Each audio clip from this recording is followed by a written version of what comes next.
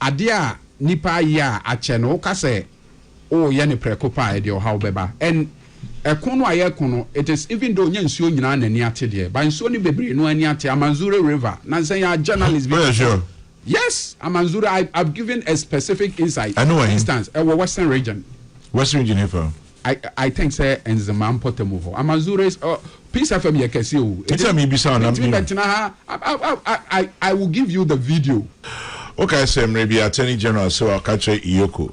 So because we say a higher ups in the NDC and Kahono.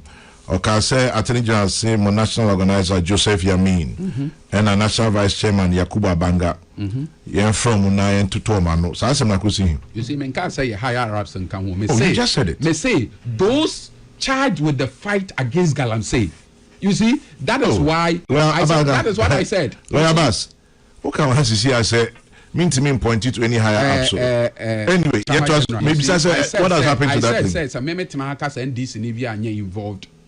And can't and yama cost no one my brain. I mean, did I not say you that? Say that you said that and then mentioned that and yet the higher ups. So let's distinguish it. So I same way then as you are home. Madam Anusi, no. I mean no dear no. And no dear, I think say at the right time you could for one day or Manu December betuda.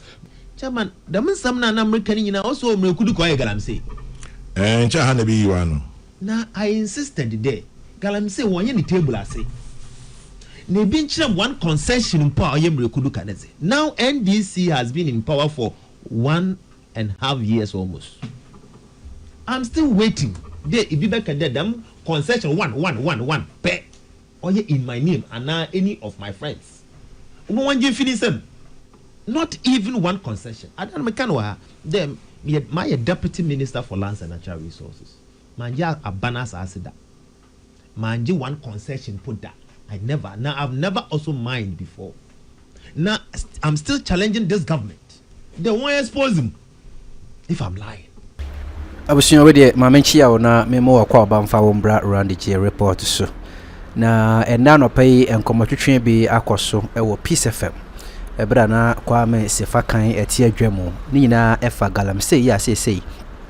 Atia te se aginsemu na oman yensu wansu nyina te sia me no ka se de assess ye na no na MPP apenso openi ya na ono na ye deputy minister for lands and natural resources mekire honorable George Mireku duka wono na okotena adwamu a woni NDC amanyokio no mu CEO mekire Nuruddin Abbas ono ko ya na ye communications director de ma NDC amanyokio no Asante Mantemo na ene ensema hodo bebre no a no mtwetwe ho komotitiru efa Galamsey ya atia te se aginsemu ya sese de yensuwa ye no baye ni atosode nyina esai na eno na ensema hodo bi a sese ye de ho ntansa bo NDC aban no se wonum mu ade hye no ankasa enenei wonum afom nsase no afa ya wo mutu fo magudie gidigidi ya emfiri ba bia free se na dodo no adwenyo mo se MPP aban peso no mo na yetu ntise ne NDC aban so aba konya so a eni se omo so tena sema akomo omo tiani omo so betu omo de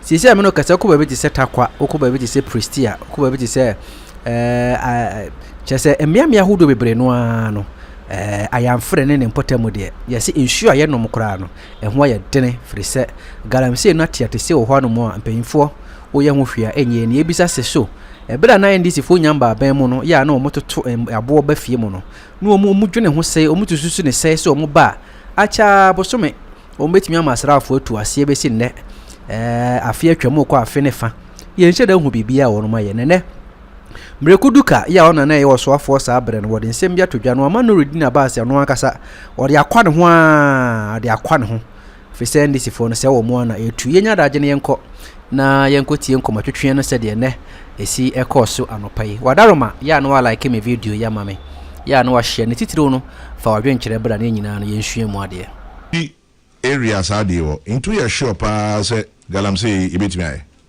ana we've lost the fight. Chairman Ozikan mame fa nchia kese ma wetifu you do na menda wasenso stronko wo mboa ezebo Ghana yamena dum na minchi am collective so wo he na anopay Chairman answer na meyi wasam na no asem bi esi wo takwa nso ayem Where is him you? Ikro bi wo ho a wo frɛ na adioso na adioso na grill oye wona wo hwɛ rabado wo Ghana Rubber State Limited. Na one plantation bi wo oye adioso ho.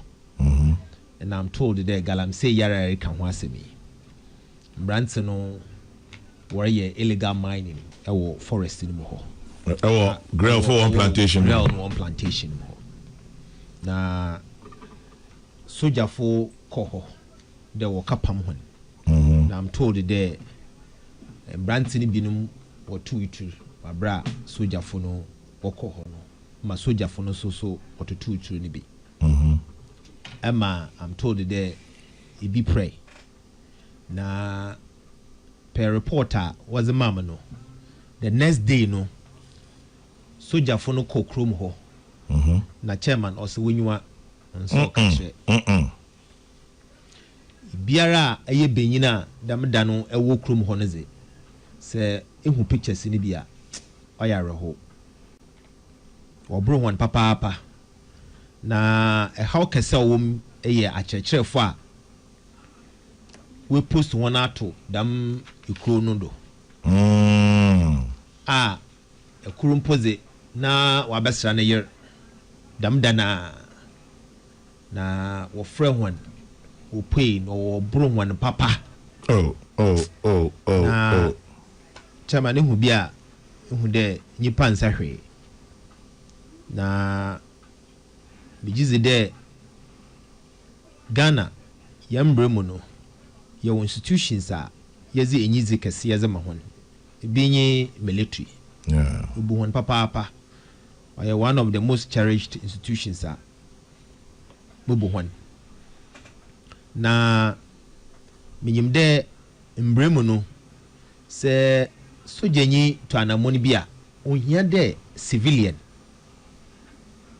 abutu anamona odi sunsuando bon ozbama ibi o hye uniform ibi o hye uniform bia ye bia oyede hu dem brem no Ghana nyina yeze yetum yeze ama no de on protect oye nimu ejapaze na nimu nyipa wo nti so ba ne de sojenyi etu anamoni bi na awa ye civilian se recounter na ebo brado na onye onfata de mbebu no ubutu de manamon de ubutu itu izache sojenyi anaza abo sojenyi irrespective no nimde oba ne dama oyaza wesisi wo Ghana mpenpi ana osisi otasisi pa de sojafo bia bi wetu no do anamon yehwe oye yera Mahama na onye kwanpado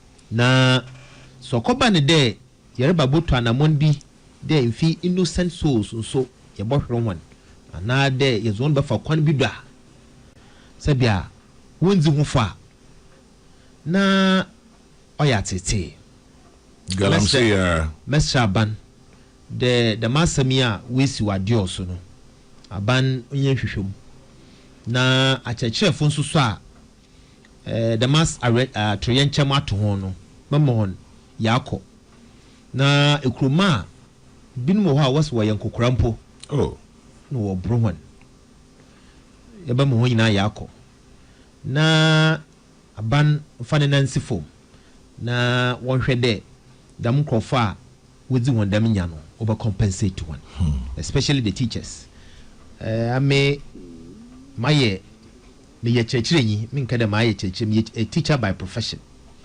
nti ma wato munuanom no na nkobotu wato sande mara so we training college we post him na we post bi za to ade oso na okwa ni djuma na dam azi ya yoyi wato ho no achechefo mo ho nhyezen wondue na aban mesra ban de onye hwehwe chairman na ese soja funu ko na mebu no otututu what's a what to that is the reporter The war. Assuming the report is correct, into no field over too much soldier for now. Only a Sabin Simhuna with the Sujan engine on a got to trouble. The man is young. It's Chairman, no or answer who question a bisani, CCRE. Them there as politicians, no. Or you're not your casa. Or your Sabia, young dream you would there. Pimpim na yero som wono wono so wojim nyansa na wada wodwen dam Galamsey issue you see metina we free do make chere Ghana fu nyina de onye nkrofu bia wogu classroom na akache on the sorry for classroom ho na why empty me chere one day obehia collective effort de Ghana fu nyina yeze hina adwene bokọ bankrum ni ehu de oya namunto a oye de yetase de nananom yebehia womboa yebehia assembly members womboa opinion leaders womboa yebehia ankrankru biara ofata ose na nimu ho no osi wo hia biara ne mboa dam na yenuanom NDC fa dam abre no wo position wo ka kire hen de ye bia na mboa na bana wazi tum wazi amaw no na nyim nyansa no da ma ba no onyi de o take you more than 2 weeks or de itum dissolve Galamsey wakasa hona akokodo wakasa kwan biara wo pedo ma Ghana fotase de indeed sa ya bana nyim nyansa na soja fu hyewase police fu hyewasa or de 2 weeks pepepe itum e solve Galamsey issues but onto them chairman no kwasem there onto them no kwasem yen onto them and nye de mu position inti na mereba dan man and I have been consistent on this there chairman on tum ban de aban botuma sor prekope na sabia okunkum biara na mum mo be hian de aban be engage the respective communities no oye mining communities no na ibia na adwena akobankrum de ofata no say de Galamsey no biara gen chairman da mun samna na America nyina also Mireku ko oye Galamsey ncha ha na bi yiwa no na I insisted there Galamsey wonye ni table ase na bi nkyerem one concession mpo oye Mireku kaneze. Now NDC has been in power for 1.5 years almost. I'm still waiting there ibi be kan dem concession one pe oye in my name and any of my friends we want you finish them not even one concession. I don't know them my deputy minister for lands and natural resources manja abanas asida manje one concession put that I've never also mined before. Now I'm still challenging this government. They won't expose him if I'm lying. Na sebeza kuma parosum Ghana, chairman. You bet for kwan bonodo ni a cynicism just like that because you are saying the truth. Adan mekade mentase, manko say mentase. They mo as a deputy minister. Na a national security apparatus will write to my ministry asking me and telling me there where would the Galamsey be rekodo wo me fande nyinase na I should take charge ha our national security national security and who is responsible for illegalities in Ghana by the security apparatus and see they be amakade sometimes yen decisions ni bi wo ho a sabi peneduasa edwin ho a entase nyanse nyim enti Galamsey yenja eka because why they yin too many hwe and I once was here politics chama akohwisam na yezifa ho no why disheartening na say yan hwe ne ya ye bobbo mani chama say Sierra America say for the past 7 months takwa nso ayem nyina no wonyensu for the past 7 months nsu biara ntum flow because bonsa sisi a oya block nsu na say kra because yɛde yɛ amanyɔsɛm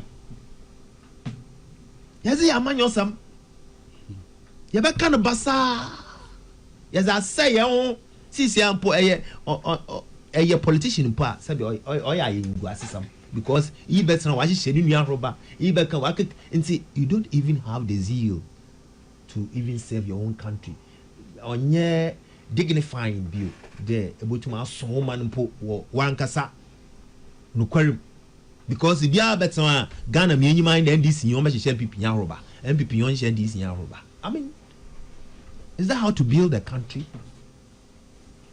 eya yere kan wanse mi ebisa NDC a on admit the insu no resay insu na say kra on admit there sisiara ereko afi efanyamfre a zero by kropo a ekwan ho oyaro there openly wo tampe to abaka akwem sisi amnyuka se anopi amnyuka se boko no worry na ebenya NDC oba better no akade oh wa opendo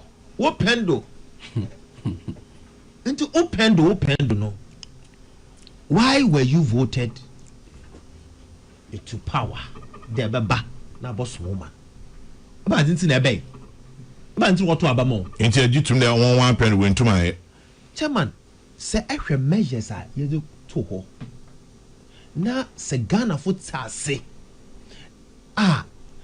empirical evidence bezibi me ka bi wo TV do because me background ya mining me sua mining my PhD is in mining chairman me ka there in all jurisdictions say ehwe Brazil ehwe even China ehwe South Africa other places na one modus operandi no was solve them kankai yen use the same thing no bobo yen oni ya sama na America make there say your forest guards how about this yen river guards forest guards will protect yen forest belt and about this yen river guards Nigeria or river guards chairman because once I say because wonyim zinti ontum won implement as yen ye mat today President Mahama or Baboko Minerals Commission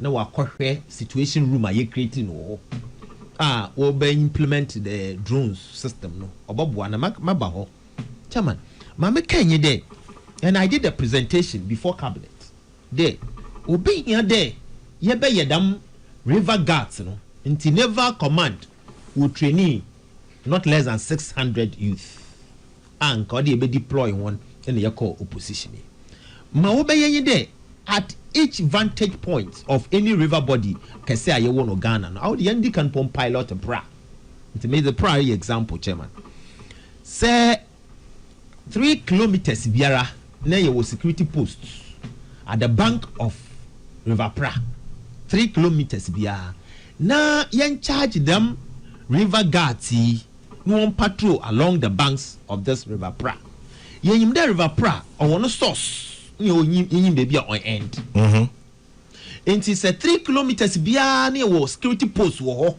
ni enyu abre indeed ni emfa nya manyosam ni epede solve them kankai na so bia patrol ni assigned a year poster na say ye dedicate one helicopter po as it was practiced in Australia and Peru na sa anope biara na even 3 days and a week po na heli no otu from the source to the end yenyim do obobo punumu no patrol do keke the presence of the helicopter will scare one of our mine or river bodies in so them river guards they will be reporting to the security agencies there go for a mine or they can zero in straight to where we're operating.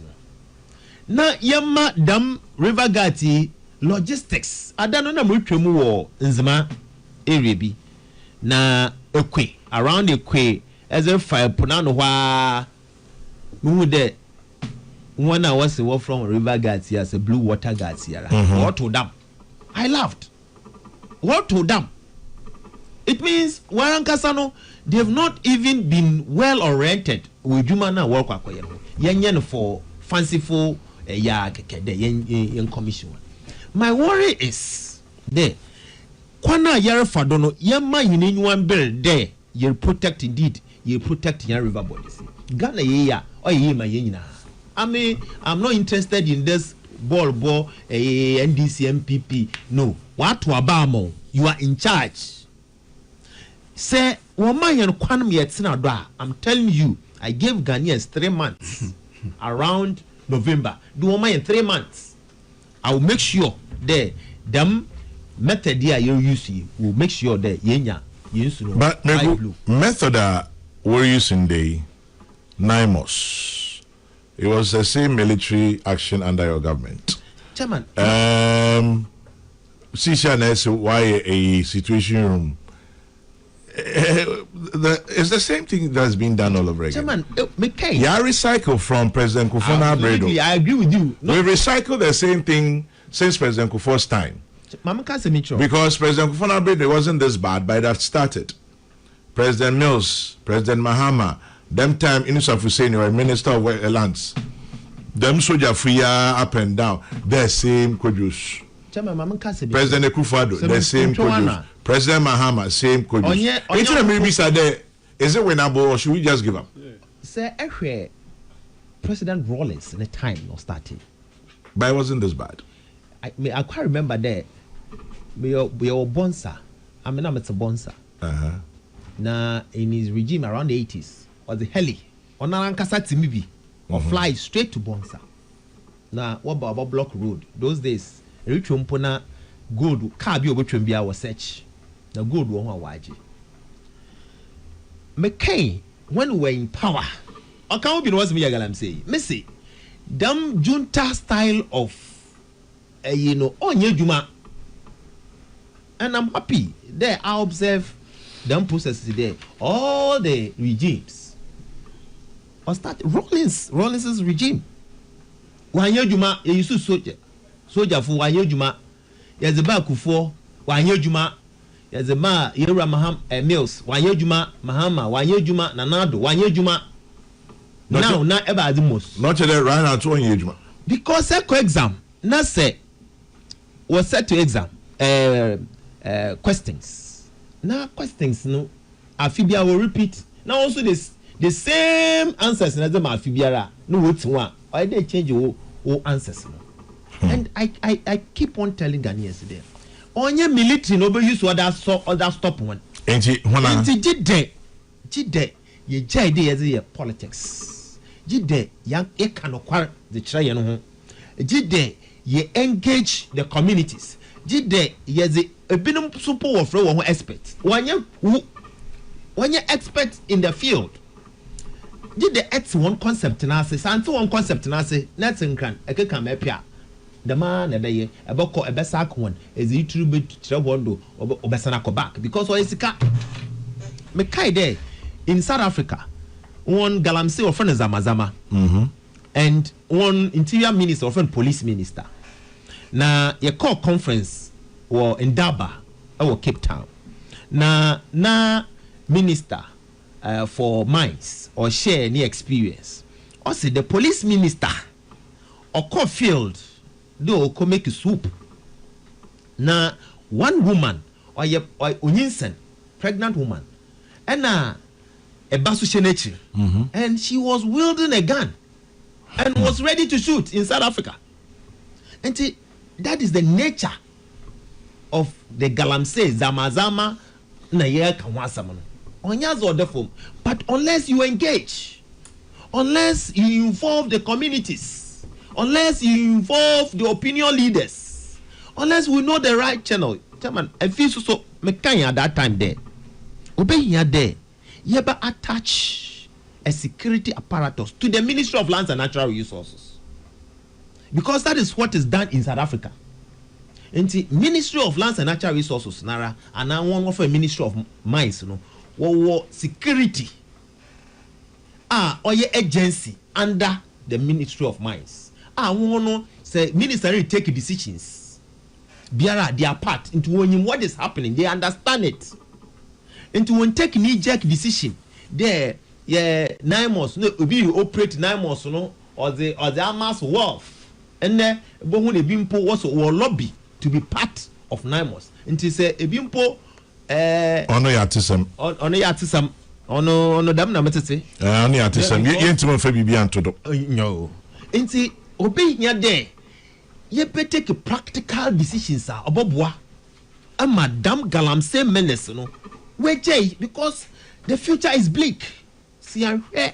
Ni solve Madame Galamsey menace. Ni didi agore debia as an enam. Basa. Eke can be a biara. Ne ya bejon. Na awo pendo no ye dam. Ne isu ne pendo no. No.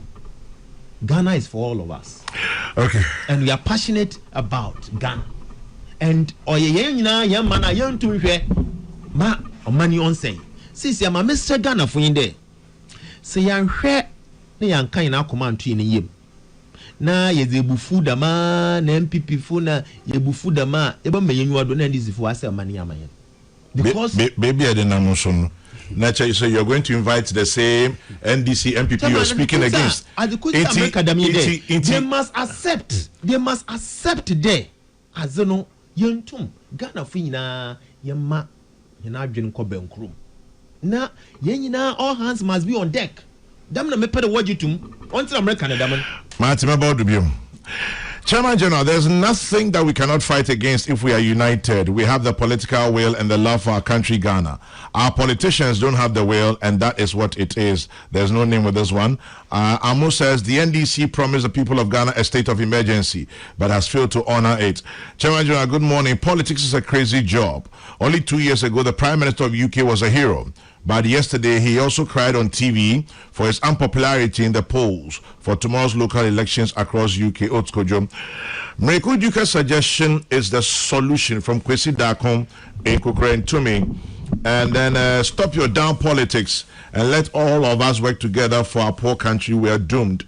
This one has no name. KSK, good morning to you and your team. I'm watching you from Northeast London, Barnet. Mireku Duka, good submission. Anyway, main court lawyer Abbas, Galamsey, I ain't to win yet. You, Chairman. And I bet to me, what do we do? Chairman General, Medawase. Medawase, no pay. Akwenya, Odiamamena. Say, Yura Mireku Duka, Kasano. Ninya abotreti no pa. Na adie no ana osre se ema yenye no ebe wi akire no enu ana osa akoye ye na akoye se den sem no wo kan no akoye se sebi abo akotre janan no e sha ase no na ye fufu ekowie no na ye tuntum na wo kan sem bia enu na me fi se ye kan na omamfo no tia na ama ayese ye yamanyofo no sebi afidie chi ayesunkum ene jayen so ayesunkum na asem no baako ene se senka Ghana for ma MPP 3 months e kan ho a enka omutumi fight Galamsey ama ne Galamsey bia ni ho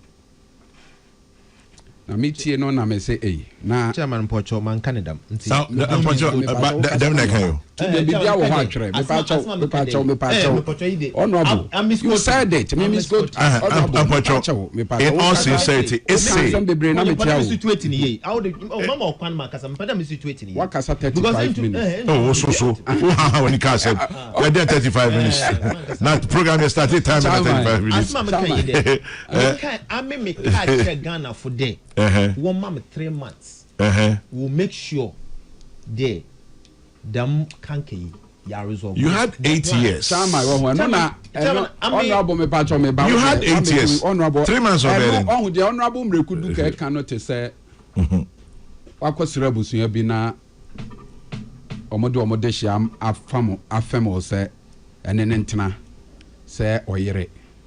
Now went to me out. One na tena mfie nwotwe. The professionalism. One na tena mfie nwotwe. Say bi oba no ne bra mpa ho bosome ba akokra. Na busuafo e ba ye say mfie nwotwe de. Went to me and show omode de hia ne nyinsan to omo be fa na kwa. O say wo sere ye ma wo fam no ba ko na fam no a wo fam na no na di nyinsan be ba na. So these are and some Ghana for tia. na ye almost say amanyofo no ye ni no kre na mo di no kre meba na honorable Mireku du kasa ka say oh and na woko takwa kro bi so kra 7 months ni ensuo ni ho nye takwa kro bi so takwa nyina ensuo ni ho because of Galamsey na sa Galamsey no a woka ho asem no ye Galamsey no a course so under the 8 years no na say ensuo amatakwa fo nyansuo ana say NDC ba 1 year you na all of a sudden a year throughout the period. Good, you see, and I'm exposing the insincerity in the narrative of Mr. Mireku. Meba. Now, what who chairman? Media, the me feel say Galamsey kunu eya edne. Na NDC as a political party ye ba ye. Ye tu anamo bebre. Anamo a ye tu no born out of sincerity. Are born out of a genuine desire to fight the canker. And until no be a lampuye together with Adia MPP, yeah, no almost or fight or more fighting Galamsey. No, America says any panel. He's not being fair to government, and he's also being plainly insincere. If that's what I think, you think so? Because no more than no credit. Chairman General, so be catcher said the MPP, yeah, Galamsey, and no NDC, yeah. So maybe I'm coming to remember, you see, under MPP, or mobile, no, na Ghana mra emma ho kwan say yenye Galamsey, and I say yenye mining ewo forest reserve biamu. Chairman General, right or wrong? Na mra bi ani ho. MPP na be ye mra. I think LI 26 2462. And a forest reserve and numu na yensuwa kesi densu brem oda ni nyina eti wono almost a president etimide forest reserve yenye Galams mining wo mu no edema ampa na nado de forest no ahodo obeye 20 mi adodo na ye ne party for okwa Ashanti region manso ba bia ye frɛ ho oda river ho ne da ye de sa ɛhɔ no masampan any lawyer mpacho sampai senye no kre how onka say nye no kre say yemfa man no o say nye Galamsey no ye na illegal mining only lawyer o hinijan ye de am 54 years eno na ensu amansofo nyina nom no etida ene ya kasa forest ni nyina gu ama wo ko oda ho no are ene president Mahama ba ye no sa mra no a MPP ye ya na nado di animu a ye de forest reserve kwa ye britu asikan si mu da ya be yi samra na firi ho ama ne ya declare forest reserve MPP de mai say yenya mining wo mu nyina security zone na nipa bi antimi enkom koye Galamsey wo koye Galamsey at least watomra band MPP but still omoyo but the American no it's not about so omoyo na omonyo ya about say and MPP forest reserve na emra ma ho kwan se nipa komu aye chew no ye de man kofo bi mra kwan so omo koye mu adwuma ene ye Mahama ba ye ne ye twa sa amranim okay enti sa ukasa NDC ni MPP pa you are not being sincere okay ukasa as far as Galamsey fight is concerned NDC ni MPP based on this singular policy you are not being fair to the issues okay anamo wa NDC to etosu mienu a ema NDC ye danso chen MPP akade ane ye de Galamsey ane ye frɛ no excavators under MPP no na obia wo ho kwan se okofa excavators de ba krom ha na ode ba ye nya ho ye ntu ho anamo bia na ye jawo na ode call to make us me de koye construction obe hu na ode ye mining so under MPP no more than 7,000 excavators ne nya kwan wura o man yimu a eno ne edi wura ye nkura akura mu e de ko funtum ye nsase anamo be na NDC eto NDC ye ba ya ye tena se ye hu se wo pese ukun wo wa udi kan twa niti ana se wo ho sebe na enkrodo aka na uyam etu a se wo komo danta na wontu wo haw na se bra kwa mi utie me o mi tie opa age se wo pe eduro binom ema enkrodo ni twa so if you want to solve a problem, you tackle it from the roots and you don't just tackle the symptoms. Inti dia NDC aye. And they are say technically ya bani excavators aye deba oman mu ha.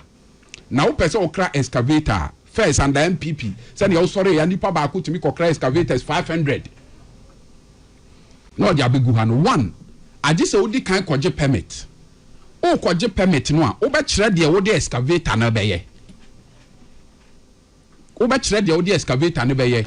Na ye hwe na se to asumu a ya ma wo kwan am wa kokra excavator no na excavator ne ba and the MPP excavator ne ba ye ja nipa no ma ne de ko ba na wo de excavator ne ba ya port ho no na DVLA a register ni wo di mu say owura Mireku duka wakofa excavator ba wo so de be construction near the tracker shame na construction na wo so de be ye no okoye no watakwa enti ya ye bibia e friend geofencing e the tracker shame enti se wa be pe excavator ya ma okwan ma odi aba so de koye construction na ye be wie no na odi akopie manso a tracker ni be hu ye be ba be first excavator ni ye be first excavator na ye be hu se wudi na that so ye be che enu nti na wo Michelle Campa excavators more than 1500 and ya park ye day egu ho imagine say excavators we nyina anka ye jam na wuro man nim na akoye forest reserve mu a bra kwa me die ne be si enti based on this particular policy as well, no, I think say NDC has done quite well in the fight against Galamsey. The third idea, no, yeah, official complicity. Bra Kwame. Yes, sir. In this fight against Galamsey and the MPP in NDC, no, the ma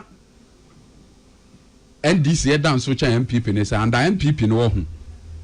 Now, koye say 1 year ya teten krona no. One they say say boy me ahwehwe ateten krona fo no.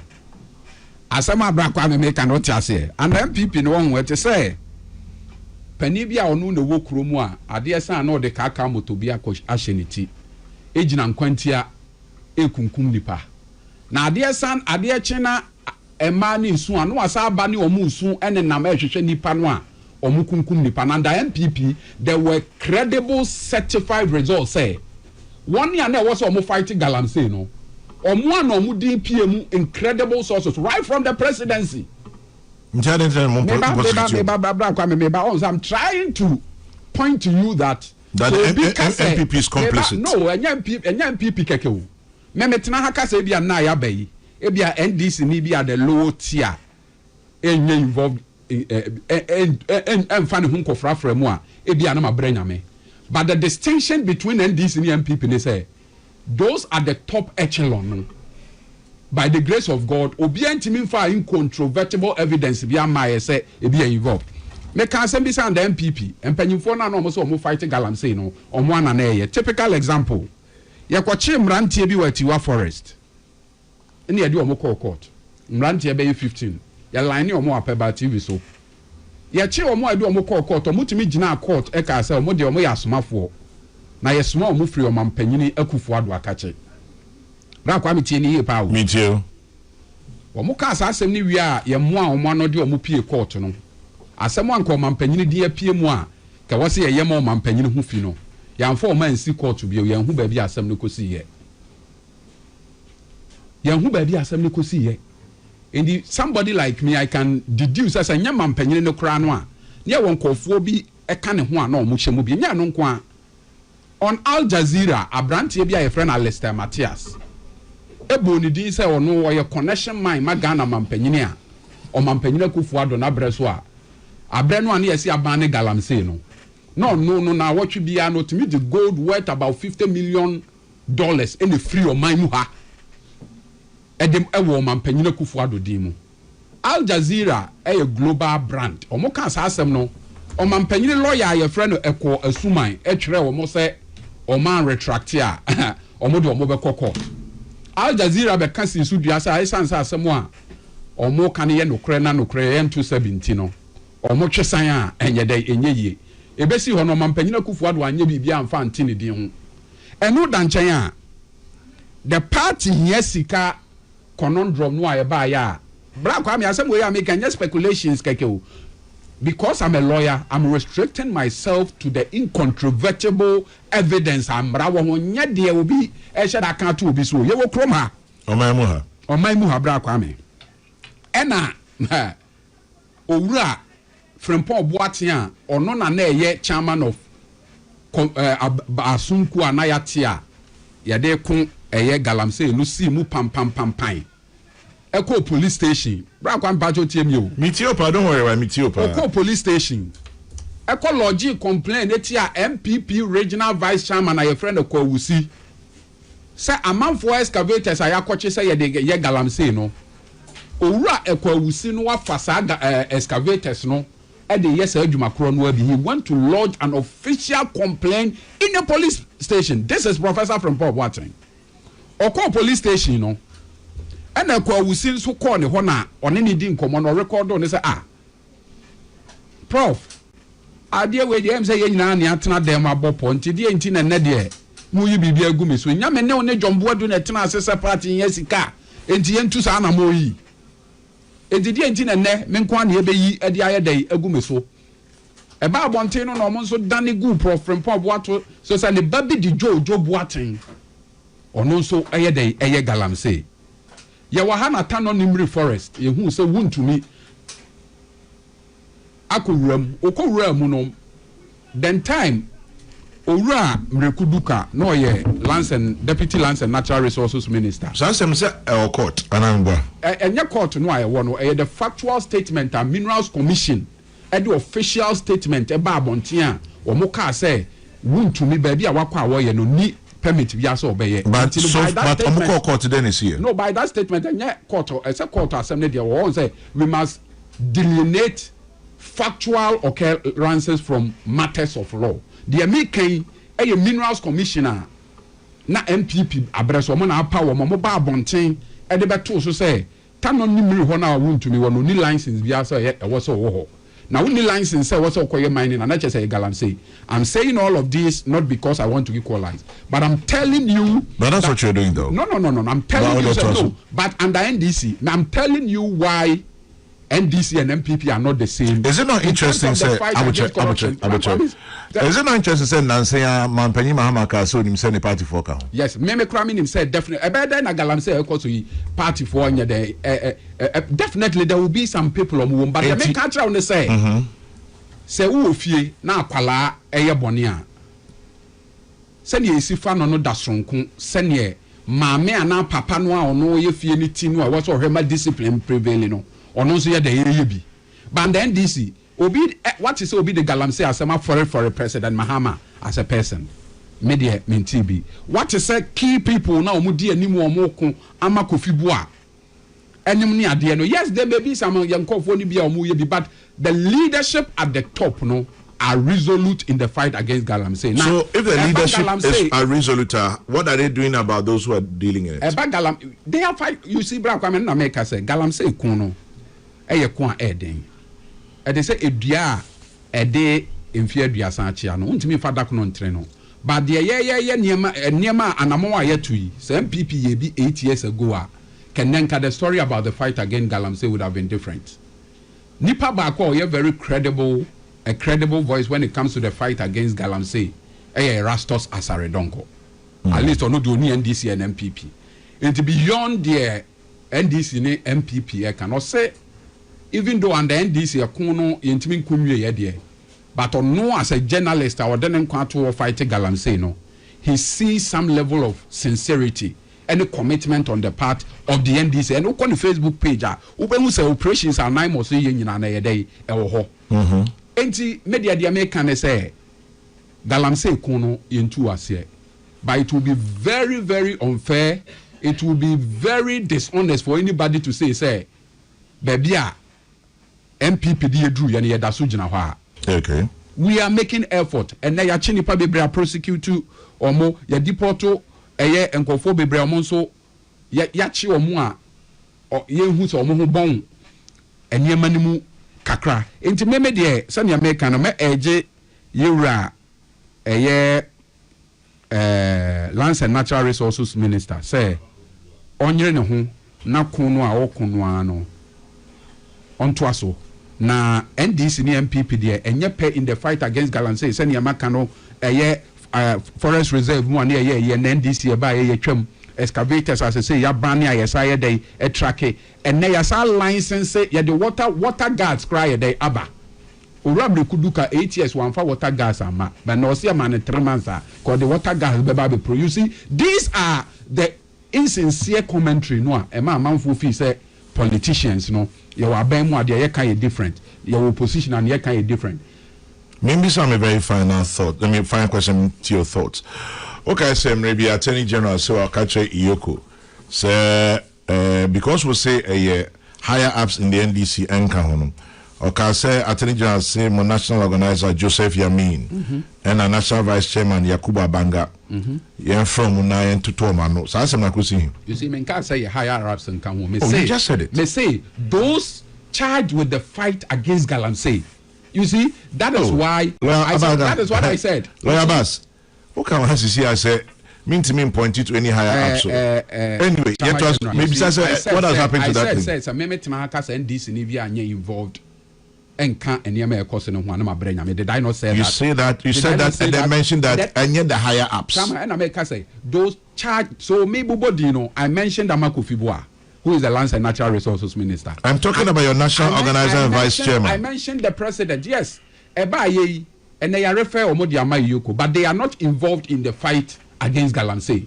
They are not? They are not. They are not directly involved in the fight against Galamsey. Okay. About the fight against Galamsey, a Ministry of Lands and Natural Resources in the anymore. Okay. Under MPP, na ye owura frempon boatin ne di animo MPP for no accuse owura frempon boatin ne say on ne ba jojo frempon boatin no ye dey bi. So let's distinguish it. So asem we den esi wo ho. Medema no sie no. Ya mean no de no. Eno de I think say at the right time no Yoko for no ade o ma no December ba betuda. But medema no sie no de make can say sani ya meka ye no say metena ha kasa and NDC no ye ni obi e bi o ye NDC ni a ne ho bon dwumadi ni mu a na ma brenya me. But the difference between the fight now and the fight then they say and then there is some element of sincerity, there is some element of commitment, just that adia nipa ya acheno ka say oh ye ne prekopa e de how beba and ekono ayekono it is even though nyansuo nyina na ni ate de ba nsuo ni bebre no ani ate Amanzure River na say ya journalist be sure. Yes, Amanzure, I've given a specific insight. I know. For instance, Western region. Western region here for. I think say in the man Potemovo. Amanzure is Peace FM Yekesi. Tell me I will give you the video. Maybe so enyansuo nyina e wo Ghana na ani ate. But I think say the effort no Lands and Natural Resources Minister you know yield positive results. Ye share ne den say won so anye because Galamsey kuni adwuma den your party for bebre wom ukochi obi a amanfo beba ho but on share o minor nyina no interest na won hwe gidi a omampanyini Mahama enya wonimu na won gina ema o minor na onye de obetimi sene ebe ya eye Galamsey kuni obetimi to ase me ba say Medas lawyer Abbas 19 minutes past 10 Chairman General, good morning. Are we talking about what the MPP did with Galamsey or how to stop it? Let's assume the entire MPP was involved in Galamsey. We are no more in government. Yet Abbas is using his time to talk about what the MPP did or did not do. He should remember the NDC promised people doing Galamsey of job security. President Mahama said over 4 million people are involved in Galamsey. It will be difficult to fight it. The gold from Galamsey is feeding gold board. How can they stop Galamsey? If you do propaganda and lies with Galamsey, the truth will provoke you to insult Pentecost pastors. Sasa says that one. Illegal mining has been with us for many, many years.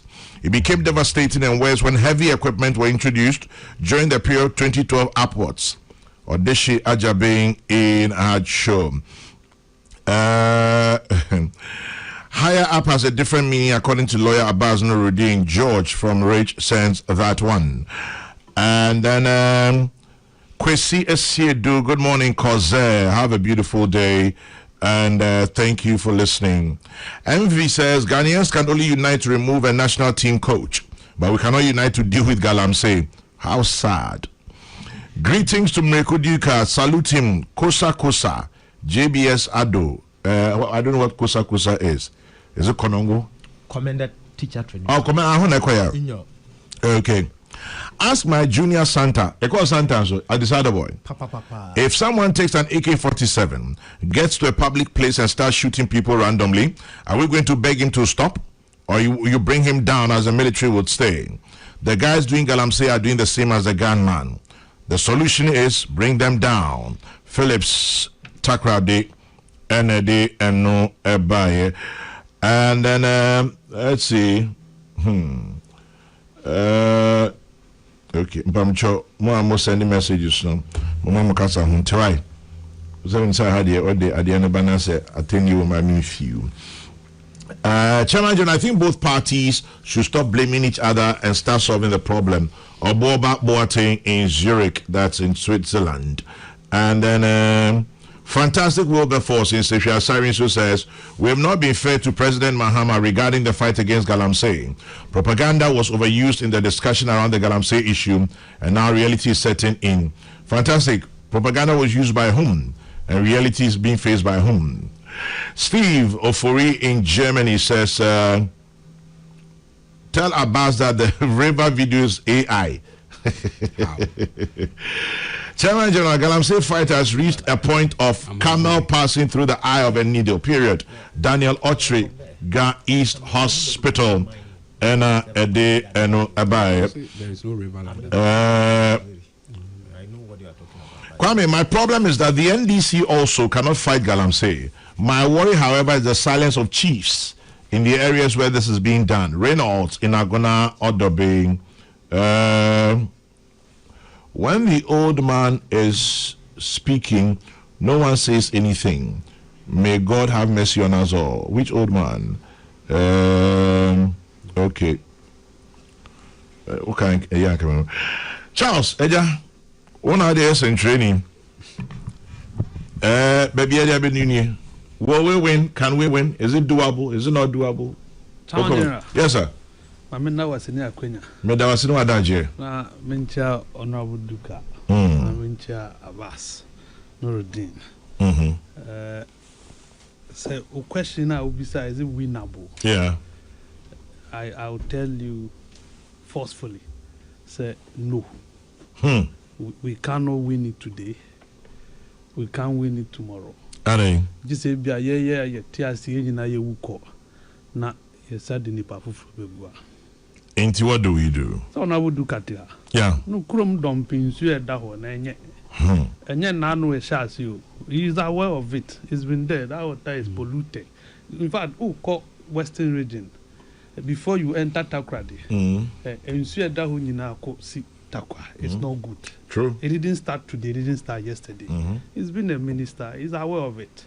And Jobetana Omani look as if say Afena Takwa for anya insure problem. That is not true. Yeah.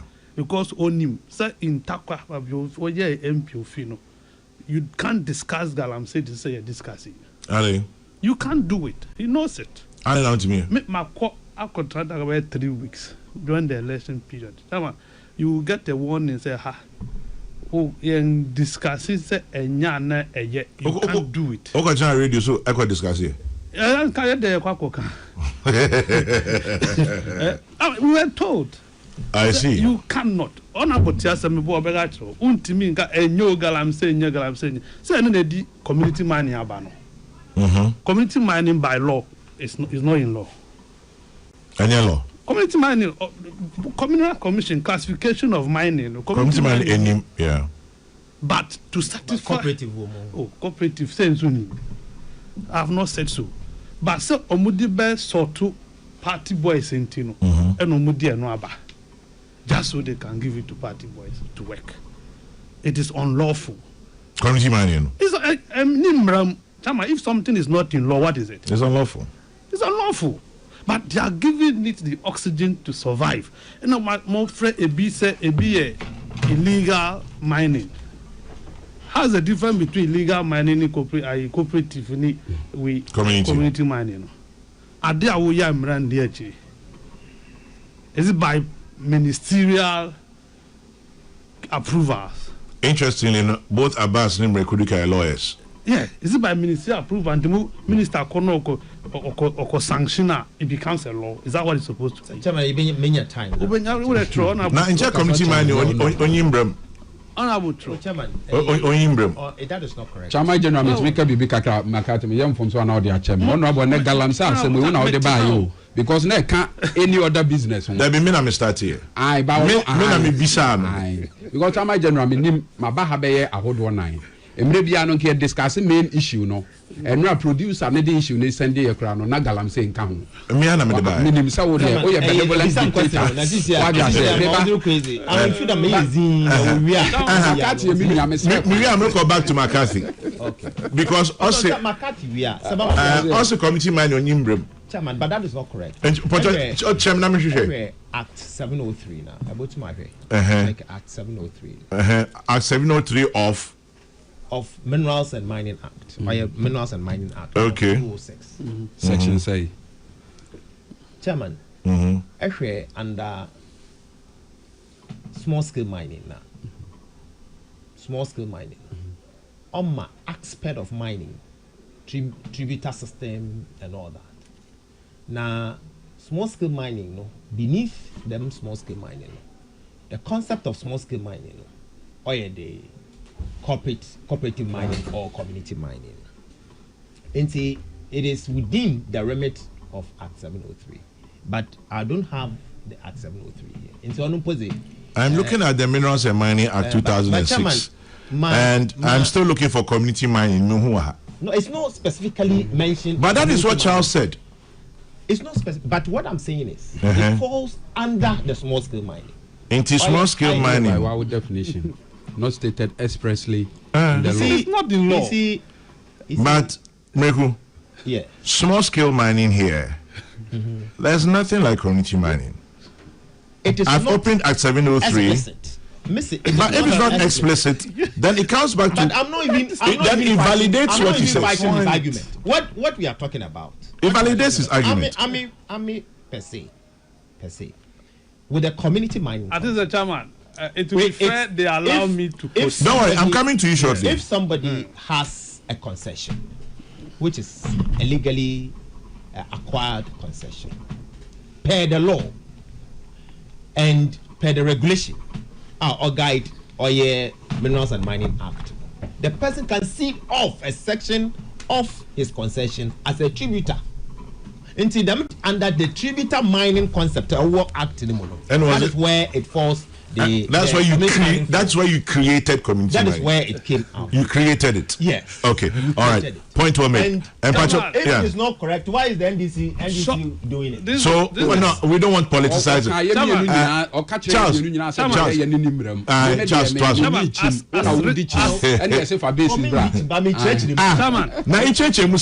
He's right.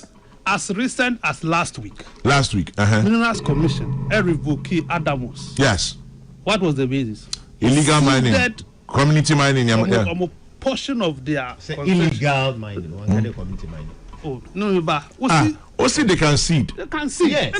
That's what seeding doesn't mean you need to do illegal mining. No. But if you seed to people who don't have lands, what are you doing? Illegal. What's the definition of legal and illegal mining? Simply documentary. I'm not misplacing. I'm supporting what you are saying. I'm supporting what you are saying. I don't have any qualms about it because my party is not in power. What Ghanaians are seeking to see, the NDC must solve this canker. That's all. Charles, if you say it, if it is not correct, it must be solved. Why were they voted for? Okay, Mitie. See, why must I fight you? Ye di soldier for Kuntokwawi, anye ye. Ye ka police for ni soldier for Bomu koye, amfa. Ye di helicopters koye, ya hunso. Ye sending speedboats. Ye di drones koye. Ye di asofo ni Bible. Eco mining site. Yantimem to us here. We cannot fight it. We have failed as a country. But how can we say we have failed? No, but what else are we supposed to do? What's the solution? See, the thing you tomorrow. We are not united. I think that is also not true. We are united against illegal mining. Definitely. In Parliament, now Parliament no more two more passing Danado Abreso. that's the name of that group. Soldier for boom Parliament voted about 500 million Ghana cedis to support that. Galamsey and what Vanguard. Yeah, so we are united. Yeah, united of Parliament. But nationally, ahimfu ekasetia, asofo kesetia. Journalists Kabu Media Coalition Against Illegal Mining. Yeah. Who in Ghana no si onye in support apart from Dasibre, Dr. Asumedu Apia, Eastern Region, when Hine, and Okache Dr. Mahmoud Baumia in August 2024 during the campaign season. So no kromu for there, they can't stop it. They go munye Jumaye. Is that what he said? That was what they said. They don't have jobs. And for that matter, Galamsey they won't stop. Illegal mining. Said Galamsey won't stop. Your producers can Google this. Chairman, another education I'm putting as a money because he is mentioned on here. The mining communities. Sorry to catch him, but I'm giving a clarification on this matter. At least allow me. You're right. You some community mining. Some communities they refer mining, legal mining or illegal mining. They refer mining in general as Galamsey. And I'm just giving this information. Yeah, maybe Dohine was referring to mining. Dohine mentioned no, me Dr. Sheni Dimu or Dasibre Dr. Sumedu Apia. This is somebody who has studied to that level, PhD holder. I don't think that he does not know the distinction between legal and illegal mining. He knew what he was talking about. You get it? And apart from Ono, publicly. Wakasi omunde no community no montimi en stop Galamsey no obia ogana haji atu ne aka eye kwa be faso kwa men ye be fa chama ye wo mra ye wo minerals Ministry of Lands and Natural Resources, ye wo Minerals Commission, ye wo Forestry Commission, ye wo EPA, and ye wo Water Resource Commission. Chairman, yes, and could be bia or applies to obey mining, whether small or large scale, no, you go through these agencies. Ma omo veti will document. Ehwe will site. And san no mama licenses di kutu.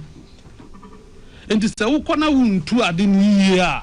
I think that these institutions have the mandate to revoke your license. Mewa. Yeah. Why are they not doing it? And then Kasabra Minerals Commissioner why issue license in the world. Who is mining in this country? Muso Moon Nimse Asima Sine 2 or her on your reclamation, on your ABCD, or mining closer to water bodies. We know them. The agencies are aware. Companies or Moyes are the winner. But the will, that political will, anyhow, because these are financiers. Or more engage the kingpins, the sponsors, you know, are financiers of political parties. But President, at time opposition, or no see a better kingpins, or see a BC AI, or can say the real deal and conform what you. So at least or chair quite be used. So why are we still? See, in terms of this current president, no problem. Yeah, man, food the Jumana show in this area. Are they? Omune feeling. And I said the past president is also. You see, the past president, there are some about publicly ebe clear omo. Akontamine. I don't know who could care about it, but where there, you see, who can uni say at least, for instance, that case I will make a reference. I'll make it to AG directing Iyoko, so or investigating. Yeah, me near Bangano till today. On your farm. That was July last year. July last year. Sadly, this year, President Isha CSO. Obi could be a question on the update of SAR issue. President Obi, ni age eshe Ghana phone na nim ka che ni say you kwadwe report no na enbeto and mekan inside ba odi betuta. If you are a serious minister and one my you kwaduma July last year 1 year mun ye kwi. Now, on our reporter, will you sit down and fold your hands in between your legs and waiting for them to come? Until we have lost the fight? We've lost it. Me, I'm a T-high. And that tip. Then a tip.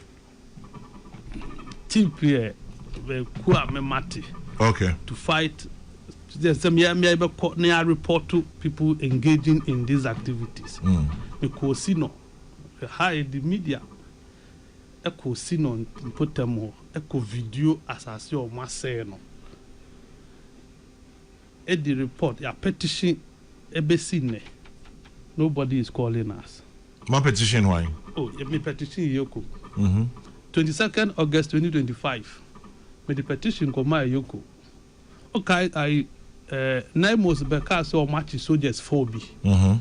Ewo Takwa Simpa Junction.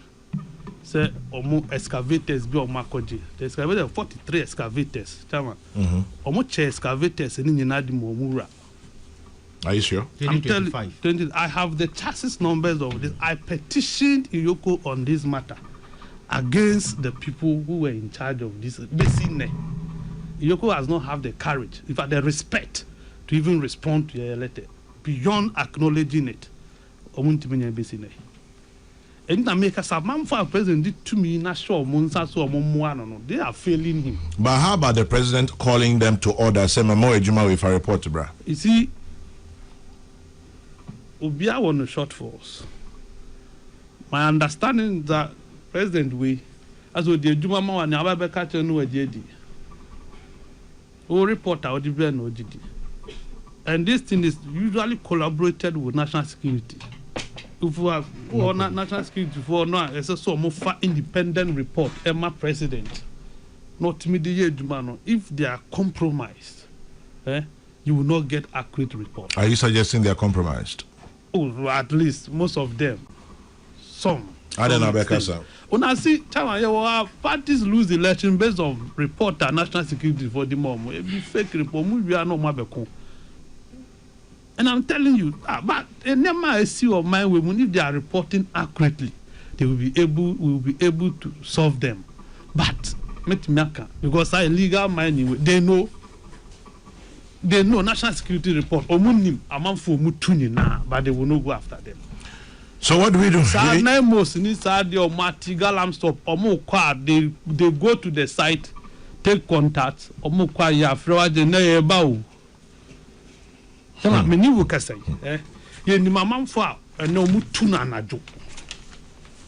They mine in the night.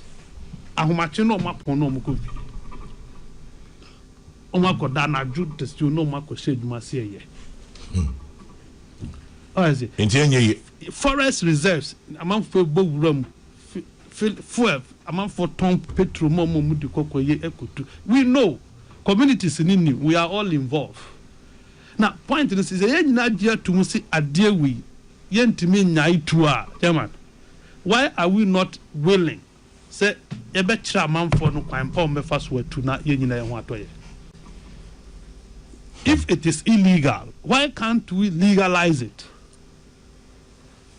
You see, the cost of acquiring license, and when you not count a legal mining, you know, process a license to mine, Ghana. Come on, apply online, maybe now one could be $10,000, $15,000, the license won't come. Now, young man, now where you school or 2 hours, never be young, no, as I send it down in future of bit, wouldn't say go to charge, you know, $10,000 banana wine. Don't you bet too illegally. So, say, a perceive ye 2 a day we are here. It's simply about converting the illegality to legality. How? Train them on how to mine responsibly. I don't encompass some of their community mining. Oh, do they give them training? You might. They don't train them. They put them together, pick licenses, and give them. They go and campaign. They go and dig. Go see. And so the MPs will move for area. MPs from mining areas, communities. They have challenge. Oh, be a person your concession man. Na man for moment. One to me and now you have a challenge. You have issue to deal with as a member of parliament. And abaye ne wo and will be a pesca now man for say area line a man for eco campaign ever so almost succeed who becomes president next in MPP. People are sponsoring people. Those sponsoring, most of them are Galamseyers. Let's say some of them. Yeah, that's what I said. I say most of them. Yeah, most no say some.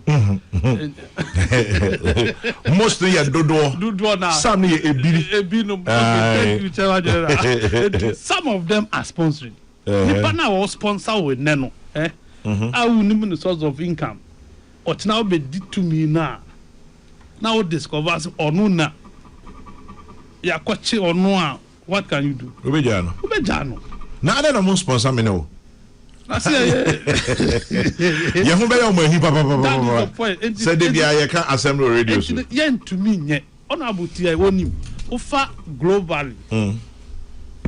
Countries that produce gold. Ghana ye to so see.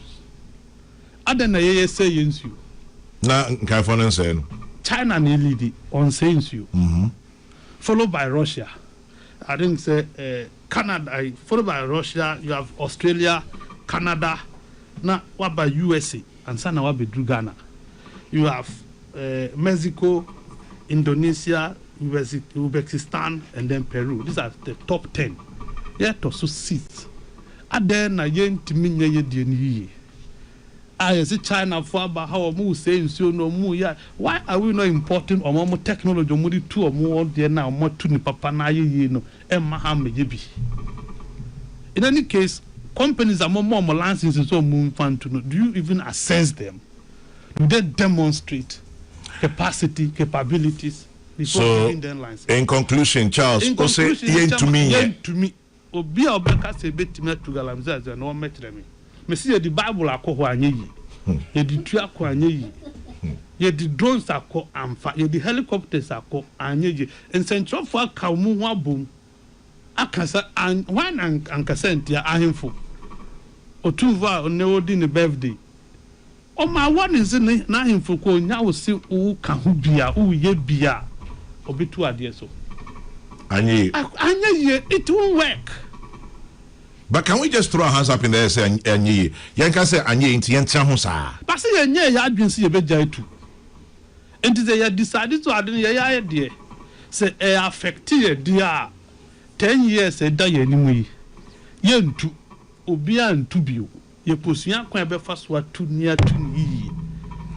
Maybe some last question. I mean, quite bas ni Mireku so. Okay, I say run up to election 2024. Be a main issue, right? Bro, for back by a state of emergency. Yes. How come say yes, a state of emergency from your point of view? President, the explanation about this is advice of Mudia Manono. Say a new honor. I hold a contrary view. Which is that affecting. Because there's a report and they're suggesting we will move for these areas and maybe inside year 6 and same be banana near Baku and why medically as a scientifically maintain say na I didn't hear then coupon the and we don't know how to use it. We do not know how to make very good use of it. It is affecting a dear young declare state of emergency. Nanka young copper hunim dear. If you say you do state of emergency. Oh yeah, here nim dear did too good. Should we do a state of emergency? Oh yes, because we have proven beyond reasonable doubt that we lack the intellect. But what do you mean by we lack the intellect? Are we that Ghana from Fancheme? Are we? Me can brofo. Me can brofo be 10 years to do. Are we that not thinking enough? But does it look to you like we are thinking? I am asking you. Sponsor, does it look to but you? Because you're too good at you're too good at Ghana. Yes. Your ministry, as you say, your Minerals Commission. Yes. You won't pay you for my year. Water resource. You were one internationally acknowledged mining magnate, says Sam Jonah. There were others, but so many, you can't tell me that we don't have the knowledge. But if you have knowledge and you are not using it, that knowledge is useless. Because the knowledge has no use. So your knowledge, the pool is there and is not benefiting us. That knowledge. As the Weska,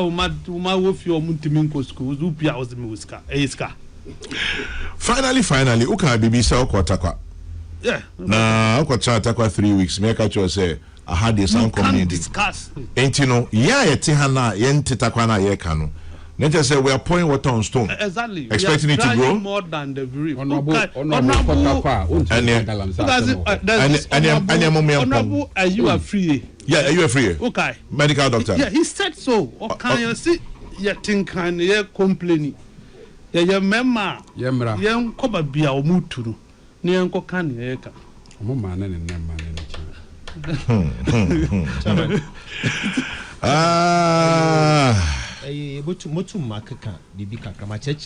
Mama 5 minutes. Miria Namako Abbas woman 5 minutes happen. Chairman. Yes, me too.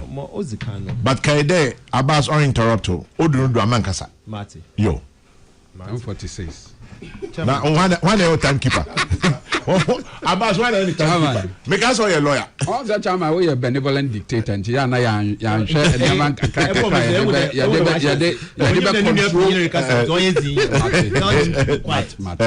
but any yapping. But are you senior at about? Oh, Miss Senior. Okay. There's a balance. There's a balance. But penny dependent. Let me accord him. Was I serve or mine in a ministerial capacity? That's true.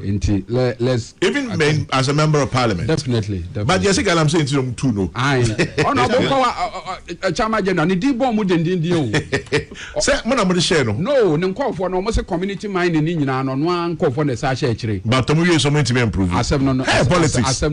Mireku 5 minutes, let's go. Chairman, dam kasa ya na oma yen solve problem yo. Sebekaya ansana 2024 NPP aban befi. One of the cardinal messages are oye NDC the mind here Galamsey. Inti oye sickening the Betsy still they are complaining as if we are on a platform campaigning. Ghana food masha unsa solve Galamsey problem. And you are still here talking about 2024, 2023. Mami, correct today. Excavators did not start coming into this country during another Danko Akufo-Addo's tenure. 2, because of time. Ibiara Jimide, Naval Command, and this is a very noble platform. I go to my check. There, 600 people were trained as water guards in this country under our stewardship. And see, Mankade Mireku did not bring blue water guard. We started it. Makade, President Mahama is going to Minerals Commission to inspect the situation room, which was established under our stewardship. Tracking of excavators, tracking of all mining equipment. Also, so Inyani Abredo near the bay. Intimacy, all these measures were put in place during our tenure. CCR say, essay. Oh yeah, regulation 2462 has been come forest reserves or money mo. Na kwa say was saying no. Auto the bill. Takwa in Swayem during our watch till 2024 no insu oba. Insu pipe oba. Messi 7 month now when you time and people work power no insu no oba. Now when you and you are telling me sitting here as if you are campaigning telling me there or yeah NPP. I mean, why do you do that? Eric Shemwana wo ebufu for the past 7 months when you no. Moto debut. I say there's a ban on excavators, which is also not correct. It is not true. People are importing excavators into the country. And you sat here to lie to Ghanaians today. There's a ban on excavators. Let me correct what he said. One kada there's a ban. Also, CCN will regulate excavators. Said the bar. DVL licenses for one voice and okay, Penamitro. Also, a ban. No. You use the word a ban. Okay, then but how did that qualification? But subsequently, Obakan there said the bar DVL may if you also DVL as a bar. What license for one as a could be Nasa scan and chair the baby a card as a call. But them no king. A ban to the okay. Maybe later church him. Man, but more can man. And fees also that people have been arrested. A car I shall want. Mechanical.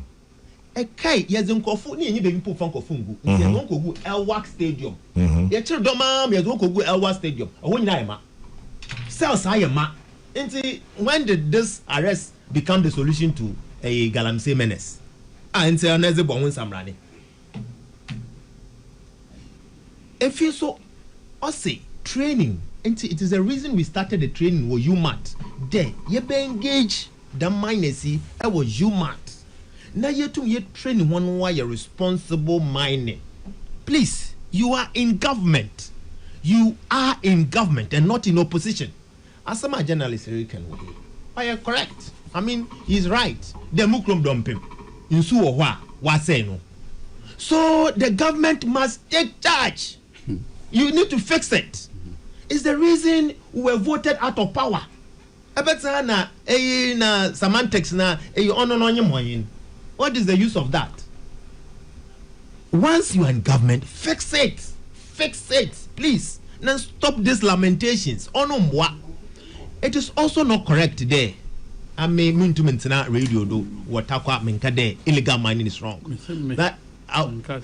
I have said it several countless times on Mining City.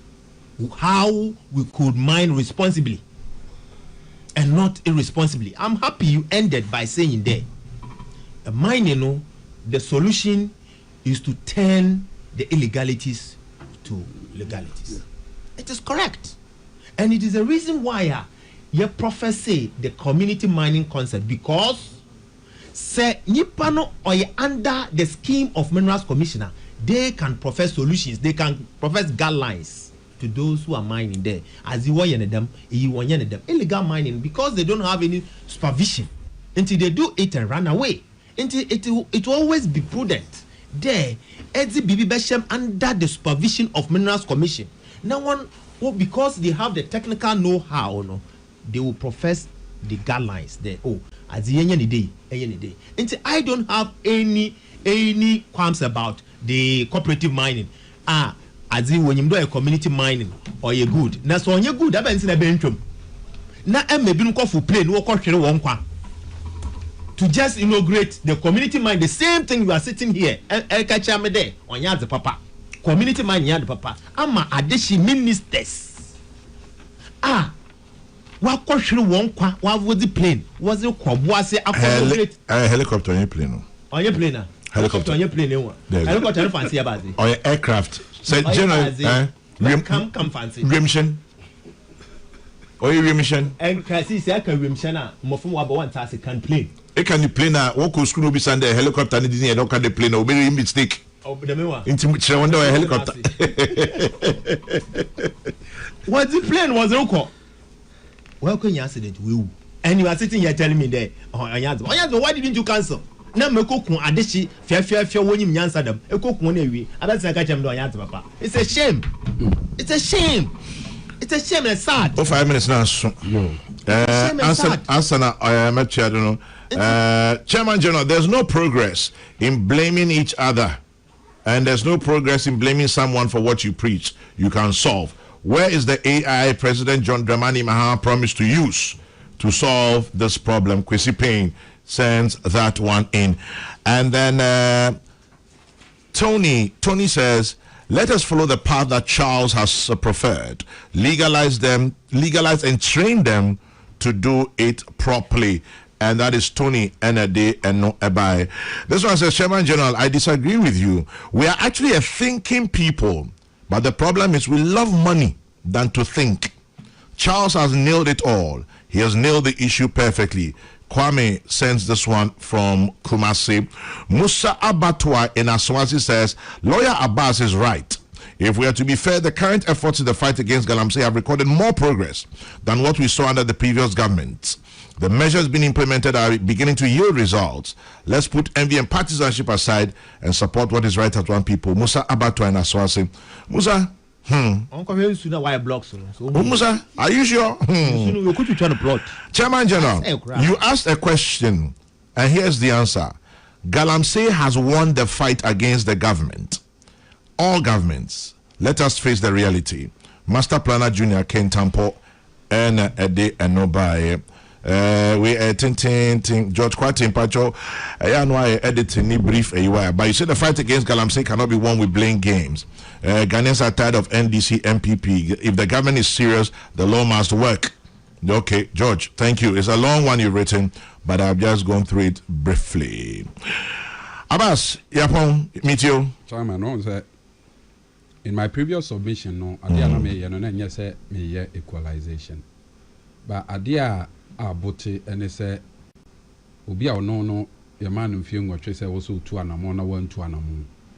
Na wo be inherit wo ba will suffer the consequences of no actions. You tum the na ono no awo aba no a o tempentem kwasa niam a wo ye ya wa anye ne no betene no na wo no say gina kire e ma blame eno ne ade a e ha adwene no nti na durumre bia wo se e kaka ye ho na ye hunu se ba bia ye wo sesi e no even though nye ba bia ye pese ye duro no ba bia ye wo sesi e na ye chen ba bia ne ye wo enra no Mr. Mireku ensuo no a say ne no enye enne na say yo ye say nye da wo beto bo atwa asuo frawo no enye sa abre no anampa fe besiu ebra mo say ensuo no a ye de eye excavators chamfan no nya de si ade so a ese 1 year 5 months 1 year 5 months you allow me so I me jitum say NDC ya to aba ma yen say yen si ohaw na no how no ya ye de ye betumi a ye de si ano just that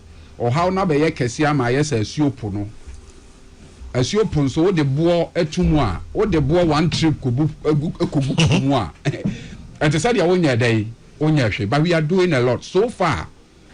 Ye two anamo a e ba yen sase ana say dada no ye land reclamation ye ne private public through public private partnership ye reclaim about 350 hectares of sase edi kan ye dey asay dada ye dia enua more than 30 million trees Mr. Mireku last year and this year honorable Lands and Natural Resources Minister enua ye dua bebrebe nti I'm just considering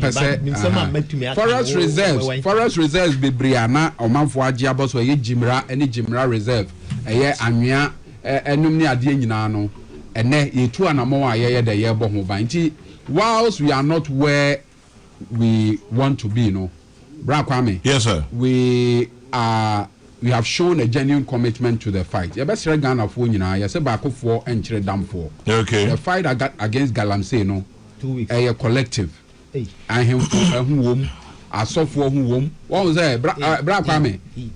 One was say so be koye Galamsey. Now you see mpe Galamsey a. I was say you put Galamsey in all its you put Galamsey in all 8 forms.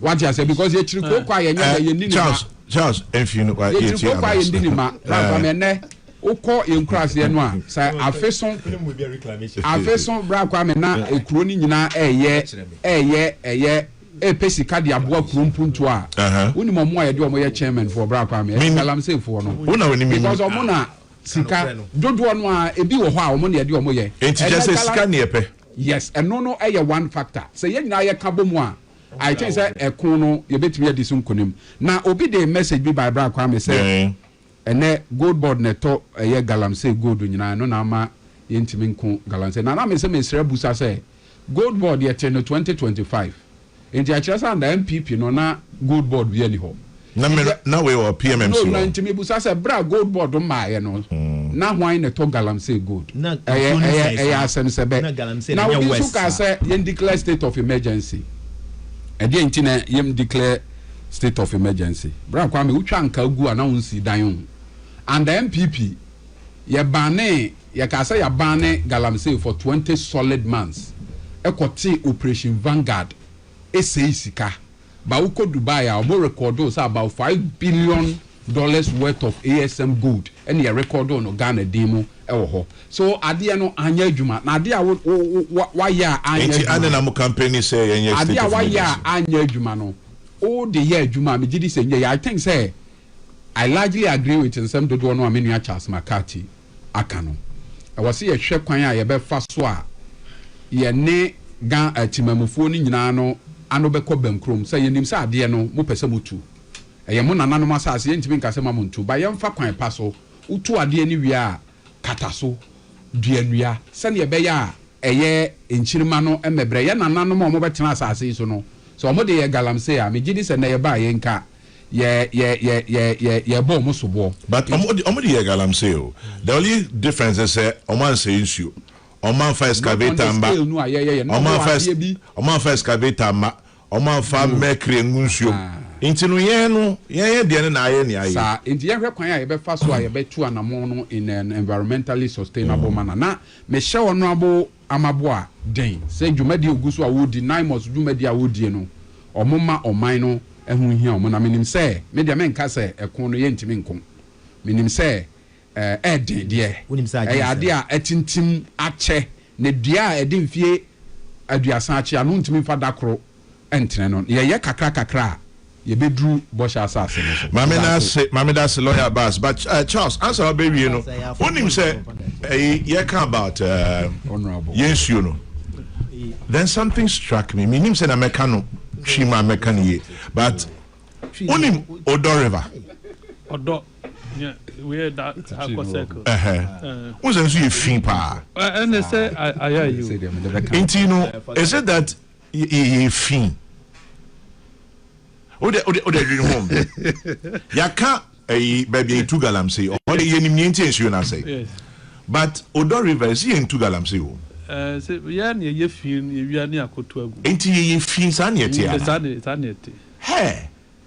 Because ye Kenya madwin say Odo ye ball na sifi. Yeah. Si oto a no awura. Say what is say Yesuba no. Yeah, papa. I think say an honest conversation. Education. But the good man of Brown can be a whole free job or free fee bar or funny ball and no fee no. Not their bar. I didn't because I heard was a Zoom line on. I really know that is a point. I'm coming back to your point. Galamsey, no, we can't. Anyway, any other comments? Any other comment that I say BOD? There's no reclamation anywhere. I have not said so. But he hasn't said so. So no the one control. My main sister, the baby reclamation. I want to go and see. Abbas is over more list. Okay. You see, there is this company. May I say, may advertise your move for free. Into me more is a company or saa kwan no so a oya I think say omo kataso pepepe or no company no or ye na djuma no company ye na djuma or ye na you commend the company yes or ye mining oya mining owi an wakata e us abana ye reclamation hectares no na kana say nyame na meka ye ntipisa na o bia wa ye bi etumka na ma akota kwa na se ma tro but me ma ko no ma ono yigana oh, ebi new ho. Okay. Honorable